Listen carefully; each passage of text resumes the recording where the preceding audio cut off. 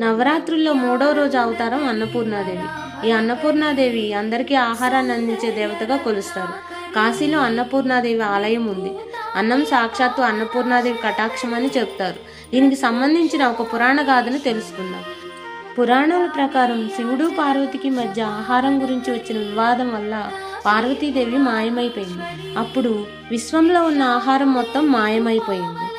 అప్పుడు ప్రజలందరూ ఆహారం కోసం అలమటించారు. అప్పుడు శివుడు ఆకాశం వైపు చూడగా పార్వతీదేవి విషయాన్ని గ్రహించి అన్నపూర్ణాదేవిగా అవతరించి అందరికీ ఆహారాన్ని అందించింది.